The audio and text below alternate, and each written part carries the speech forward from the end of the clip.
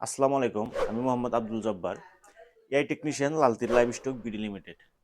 আপনারা জানেন একটা গাভী বা বকনা বিভিন্ন কারণে হিট মিস করে, কিন্তু একজন কৃত্রিম প্রজনন কর্মীর কি কি অসতর্কতা এবং কি কি ভুলের কারণে গাভী বা বকনা হিট মিস করে, অর্থাৎ গর্ভধারণ হয় না, এই বিষয়গুলো আজকের ভিডিওর মাধ্যমে তুলে ধরবো।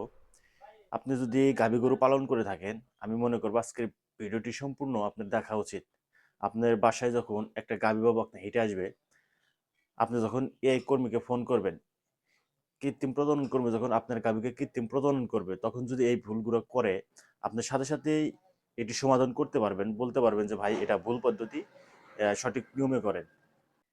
একটা গাভী বা বকনা যখন হিট মিস করে, আমরা টোটালি ওই গাভী বা বকনার উপর ছেড়ে দিই যে গাভী বা বকনার জ্বরেতে সমস্যা আছে বা ওই গরুর সমস্যা আছে, বা কপালের উপর ছেড়ে দিই। আসলে গাভী বা বকনা ছাড়াও একজন কৃত্রিম প্রজনন কর্মীর মাধ্যমেও একটা গাভীর হিট মিস হতে পারে।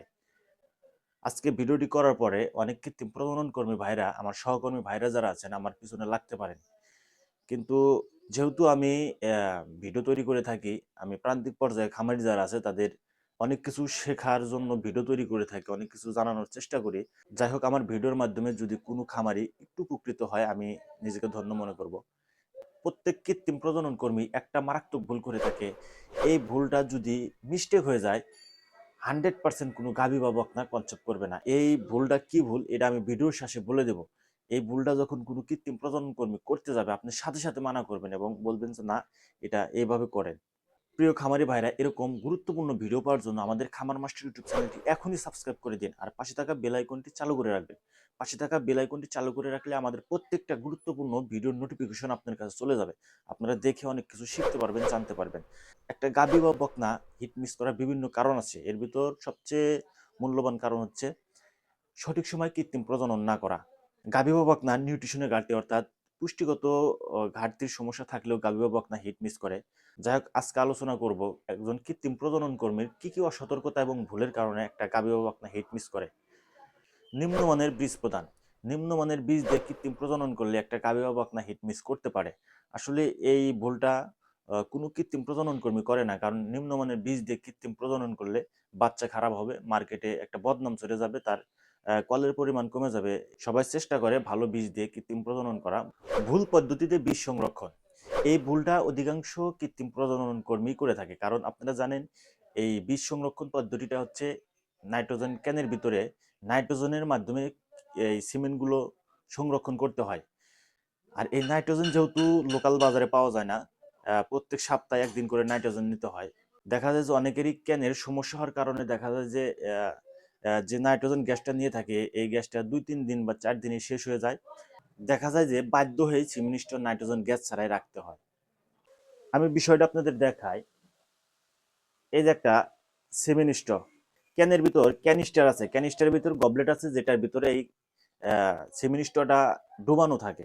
এই সেভেন স্ট্র সম্পূর্ণ নাইট্রোজেন গ্যাসের ভিতরে ডুবানো থাকে। যদি দেখেন এতটুক পর্যন্ত গ্যাসে ডুবানো আছে, বা এতটুক পর্যন্ত গ্যাসে ডুবানো আছে, এতটুক পর্যন্ত, এই এতটুক পর্যন্ত সিমেনের শুক্রাণুগুলা ভালো থাকবে। এতটুক শুক্রাণু নষ্ট হয়ে যাবে বা মারা যেতে পারে। আপনি যখন কৃত্রিম প্রজনন কর্মী দিয়ে কৃত্রিম প্রজনন করাবেন, ধরেন এতটুক গ্যাস দিয়ে ভরা ছিল, ডোবানো ছিল, এতটুকু শুক্রাণুগুলা ভালো আছে, আপনি যখন এই সিমেন্টটা দিয়ে কৃত্রিম প্রজনন করবেন, এতটুকু যতগুলো শুক্রাণু থাকবে, এই এটুক শুক্রাণু দিয়ে যদি আপনার গাভী কনসেপ্ট হয়, আলহামদুলিল্লাহ। বাকি এইটুক শুক্রাণু দিয়ে আপনার গাভী কনসেপ্ট হবে না। বিষয়টি নিশ্চয়ই বুঝতে পারছেন। এবার আসেন থ্রোয়িং এর বিষয়টা। এই জায়গায় অনেক কৃত্রিম প্রজনন কর্মী ভুল করে থাকে, বিশেষ করে সিনিয়র কৃত্রিম প্রজনন কর্মী যারা আছে, তারা এই ভুলটি করে। কারণ তারা দীর্ঘদিন ধরে মার্কেটে কাজ করে, তাদের অভিজ্ঞতা বেশি, এই কারণে তাদের ভুলটাও বেশি হয়ে থাকে। আপনারা জানেন এই সিমিনিষ্ট নাইট্রোজেন গ্যাসের ভিতর ডোবানো থাকে, যার কারণে এটা জমে যায়। এটা নির্দিষ্ট একটা তাপমাত্রার ভিতরে দিয়ে গালানো হয়।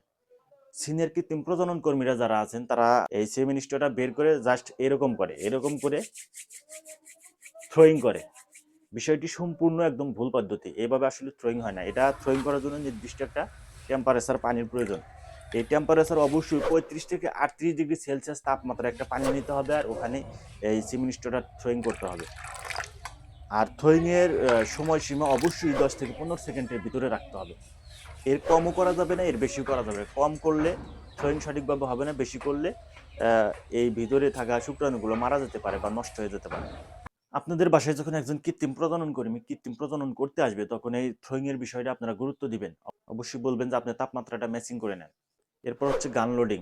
আমি যখন কৃত্রিম প্রজনন ট্রেনিং এ ছিলাম, তখন স্যার আমাদের একটা ক্লাসে বলেছিলেন যে বাংলাদেশে অধিকাংশ গরুর জরায়ু ইনফেকশন হয় আপনাদের মতো কৃত্রিম প্রজনন কর্মীর মাধ্যমে।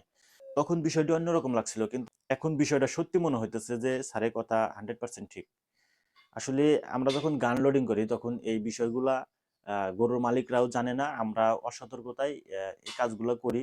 আমাদের মাধ্যমে অনেক সময় গরুর জ্বরে ইনফেকশন হয়। বিষয়টা আপনাদের বলি, যখন আমরা গান লোডিং করি,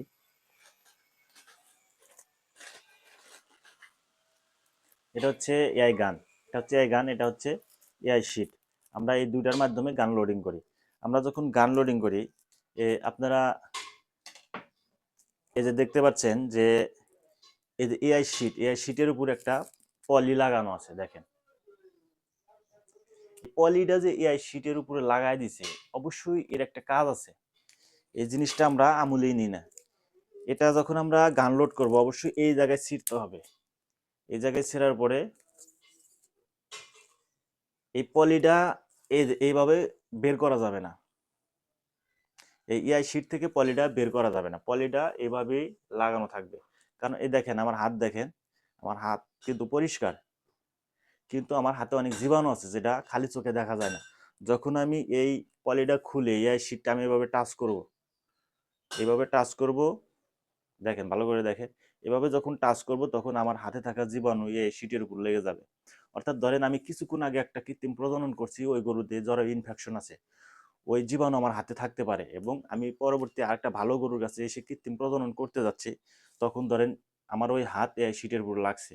এই শীটটা যখন জরাইতে প্রবেশ করবে, তখন আমার হাতের মাধ্যমে থাকা জীবাণুগুলো জরাইতে চলে যাবে, এই ভালো গরুটাও জরাইতে ইনফেকশন হয়ে যাবে। এই কারণে এটা এইভাবে রাখতে হবে সবসময়। এটা ধরলে পলির উপরে ধরতে হবে। এরপর ধরে আমি গান লোড করব, ধরেন সিমেন্ট ঢুকাইছি, এই যে গানটা লোড করছি, গান লোড করার পরে এইভাবে থাকবে। আমি যখন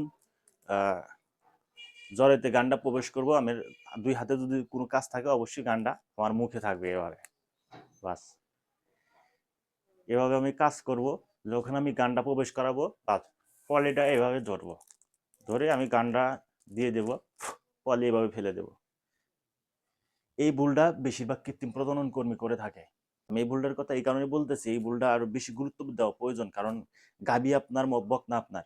যদি একবার জ্বরেতে ইনফেকশন হয়, সমস্যা আপনার, কোনো কৃত্রিম প্রজনন কর্মীকে তখন আর পাবেন না। এই কারণে এই ভুলটা যখন কেউ করতে যাবে, তখন আপনি সাথে সাথে এটা বন্ধ করবেন, যে আপনি হাত দিয়ে এআই শিট ধরবেন না। অনেক কৃত্রিম প্রজনন কর্মীকেও আবার দেখছি যে ধরেন এআই শিট আছে একটা, তিনি দুই তিনটা কৃত্রিম প্রজনন করবে, একটা গরুতে গিয়ে কৃত্রিম প্রজনন করছে, করার পরে এই এআই শিটটা আবার সে ব্যাগে করে নিয়ে চলে আসছে, চলে এসে আপনার বাসায় গেছে কৃত্রিম প্রজনন করার জন্য, ব্যাগ থেকে বের করছে, বের করে ধুয়ে টুয়ে আবার এই এআই শিট দিয়ে কৃত্রিম প্রজনন করতেছে। এটা কোনোভাবেই করতে দেবেন না, কারণ এই এআই শিটের মাধ্যমে কিন্তু গাভীর জ্বরেতে ইনফেকশন হয়। এবার আসেন আরেকটি গুরুত্বপূর্ণ বিষয়, যে বিষয়টা আমি ভিডিওর শুরুতে বলছিলাম, যে একটা মারাত্মক ভুল করে, যে ভুলটার কারণে গাভী যদি মিস্টেক হয়ে যায়, গাভী 100% হিট মিস করবে, অর্থাৎ গর্ভধারণ হবে না। আপনার সবকিছু ঠিক আছে, আপনার গরুতে কোনো সমস্যা নাই, সঠিক সময় কৃত্রিম প্রজনন করতেছেন, বীজ সংরক্ষণ পদ্ধতি ভালো আছে, ভালো মানের বীজ দিয়ে কৃত্রিম প্রজনন করতেছেন, আমি এতক্ষণ যা যা বললাম সবকিছু ঠিক আছে, কিন্তু এই ভুলটা যখন কোনো কৃত্রিম প্রজনন কর্মী করবে, যদি মিস্টেক হয়ে যায়, 100% গাভী গর্ভধারণ হবে না। এই ভুলটা আমি কি, এটা আমি বলে দিতেছি। এই জিনিসটা আপনারা যারা গাভীর মালিক আছেন, অবশ্যই এই বিষয়টা খেয়াল রাখবেন। এই যে এআই গান, এই গান যখন লোড করা হবে, এই গানটা লোড করার পরে চেক দিতে হবে। অনেক সময় সিমিনিস্ট সেট করার পরে ভালোভাবে সেট হয় না। এই গানটা লোড করার পর অবশ্যই এইভাবে এভাবে চেক করতে হবে যে আমি যখন পুশ করব, এই সিমেন্টটা শীটের বাইরে বের হচ্ছে কিনা, এভাবে হালকা করে পুশ করে দেখতে হবে সিমেন্টটা, এই মাথায় দেখতে হবে সিমেন্টটা বাইরে বের হচ্ছে কিনা। অনেক সময় এটা সেট হয় না, এটা পুশ করার সাথে সাথে সিমেন্টটা এয়ার শিটের ভিতরে জমে যায়। আমরা যখন এটা চেক করি না, চেক না করে যখন জরায়ু বডিতে গিয়ে সিমেন্টটা পুশ করে দিই, হঠাৎ সিমেন্টের পরিমাণ খুবই কম থাকে, 4-5 ফোঁটা, হঠাৎ যদি এই সিমেন্টটা এয়ার শিটের ভিতরে জমে যায়, আমরা তো দেখতে পারবো না। এখন বীজ দিলাম, বীজ জরায়ুতে পড়লো না, তখন গাভী কনসেপ্ট করবে? অসম্ভব। এই কারণে এই বিষয়টা সব কৃত্রিম প্রজনন কর্মী ভাইরা যারা আছেন আমি তাদের রিকোয়েস্ট করব, গানটা লোড করার পর অবশ্যই আপনারা এটা চেক করে নেবেন যে আসলে সিমেন্টটা শীটের বাইরে বের হচ্ছে কিনা। আর যারা খামারি ভাইরা আছেন তারাও এই বিষয়টা সতর্ক করে দিবেন। প্রিয় খামারি ভাইরা, ভিডিওটি কেমন লাগলো অবশ্যই জানাবেন। আর আমার সহপাঠী ভাইরা যারা আছেন কৃত্রিম প্রজনন কর্মী, আপনারা যদি এই ভুলগুলো করে থাকেন অবশ্যই চেষ্টা করবেন এই ভুলগুলো শুধরানোর। কারণ আপনার ছোট একটা ভুলের কারণে একটা খামারি, একটা গরুর মালিকের স্বপ্ন নষ্ট হয়ে যাবে। আজকের ভিডিও এ পর্যন্ত। সবাই ভালো থাকবেন, সুস্থ থাকবেন।